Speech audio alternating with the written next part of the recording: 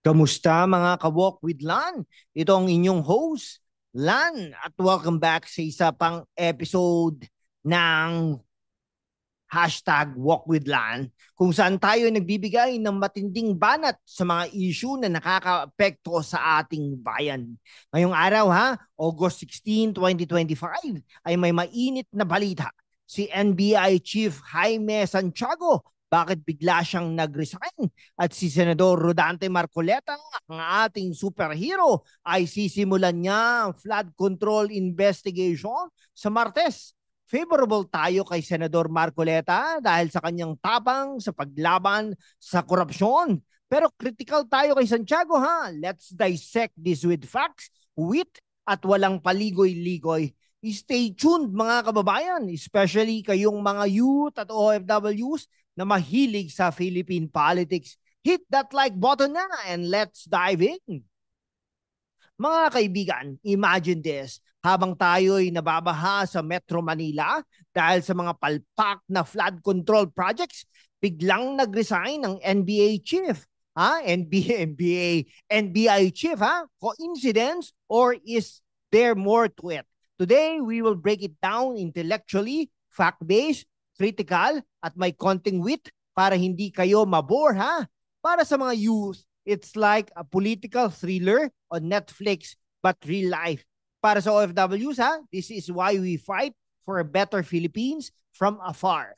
We will favor Senator Rodante Marcoleta's bold moves, but criticize Santiago's sudden exit. Timestamp in the description for easy navigation. Una, let's talk about the resignation ni NBI Director Jaime Santiago. Ayon sa kanyang letter kay President Marcos, dated Friday, August 15, 2025, sinabi niya na may detractors na nagsisikap na siraan ang kanyang reputasyon para makuha ang kanyang posisyon. Orchestrated move to blacken his reputation. Sabi niya, pero wait, bakit ganito? Si Santiago ay na-appoint noong June 2024 at noong May 2025, nag-submit siya ng courtesy resignation bilang tugon sa directive ni Marcos para sa lahat ng appointees. Ngayon, irrevocable resignation na. Suspicious, di ba? Parang yung mga memes sa TikTok. When the heat is on, they run. Kaya mga kababayan, let's be critical here, Si Santiago claims na inalis niya ang mga korap na personnel at nag-initiate ng reforms sa NBI. But let's examine the narratives. Bakit bigla siyang nag-resign? Ayon sa sources, sinabi niya na may sinister interest at covert moves na nagsimula noong mag-tender siya ng courtesy resignation. Pero intellectually speaking, isn't this a classic deflection? Parang sa debate club, Instead of addressing issues, blame the detractors. Sino ba ang mga issues sa NBI under his watch? Okay. The NBI is investigating POGOs and possible espionage links, Pero bakit hanggang ngayon maraming scandals, no? Sa isang editorial, sinabi na mafia rules the NBI, a cautionary tale about limits of reform in a system full of syndicates and political pressures. No? Parang yung Squid Game, no? Everyone's the prize, but the game is rigged.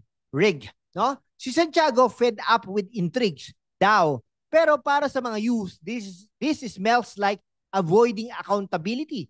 OFWs, kayo na nagpapadala ng remittances deserve better law enforcement. Palas confirm the resignation, but President Marcos hasn't acted yet. Kaya critical question is this resignation a sign of weakness or a strategic retreat? Sa X, may post na nagkawatak-watak na sila with a YouTube link discussing the reasons. Sa comments, mga kaibigan, sino sa tingin ninyo ang mga detractors na yan? Type 1 for political rivals, type 2 for internal mafia. So before we move to the hero of the story, Senator Marcoleta, quick plug, mga kababayan, sa mundo kung saan ang kasinungalingan ay nangingibabaw, ang katotohanan ang unang sinisikil. Pero kasama kayo magpapatuloy tayo sa laban, walang takot, walang kinikilingan, at laging handa para sa bayan. Sumali na sa aking YouTube membership sa #WalkWithLan, murang-mura lang po yan. At tulungan natin ang channel na maabot ang 100,000 subscribers. Ang inyong suporta, ang susi sa kalayaan natin para ipagpatuloy ang pagbabalita ng katotohanan. Salamat at kita-kit sa laban. Members get exclusive behind the scenes and early access, perfect for OFWs on breaks. Yan. Ngayon, shift tayo sa positive side.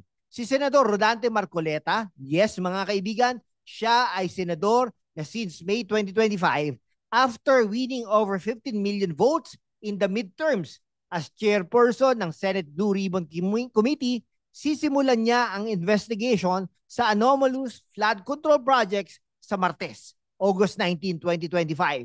Mark your calendar mga kaibigan. August 19, no? Kasi walang pasok po sa Quezon City, pero sa Pasay may pasok po 'yan, no? This is motu proprio, no?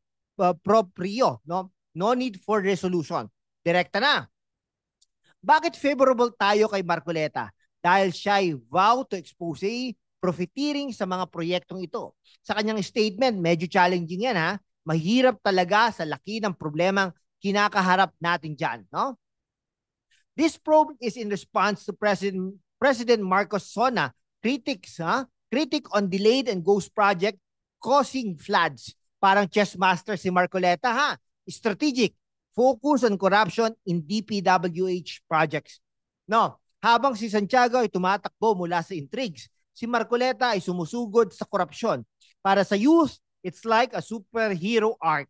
From party list representative to senator fighting for bayan, OFWs, imagine your hard-earned money not wasted on fake dikes.